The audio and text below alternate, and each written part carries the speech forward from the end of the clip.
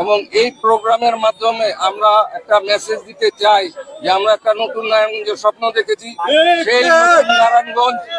সেই নতুন নারায়ণগঞ্জ 5 আসনে তথা বন্দর শহর মিলিয়ে আমরা সবাইকে সাথে নিয়ে আমরা এই নতুন নারায়ণগঞ্জের স্বপ্ন বাস্তবায়ন করবো ইনশাল্লাহ।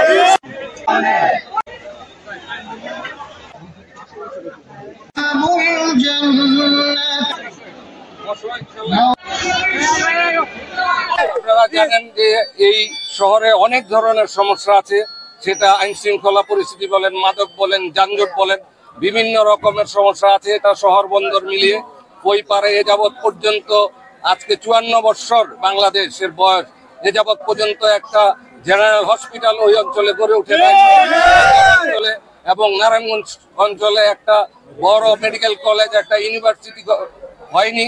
এইগুলি আমাদের অনেক ধরনের স্বপ্ন আছে, নিয়ে আমাদের চিন্তা ভাবনা আছে।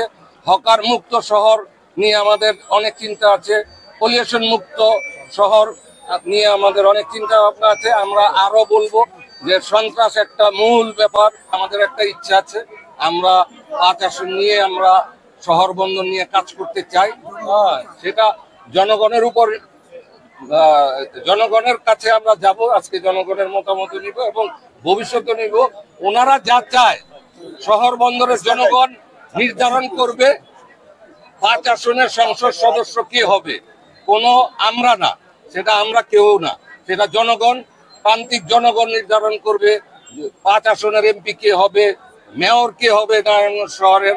এটা ওনারাই মূল চাবিকাঠি, এই আসনের জনগণরা।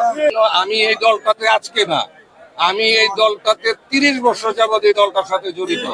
এবং যারা আজকে বলতে চায় যে আমরা কোথায় ছিলাম, আমরা এখানেই ছিলাম, আমরা এর ভিতরেই ছিলাম।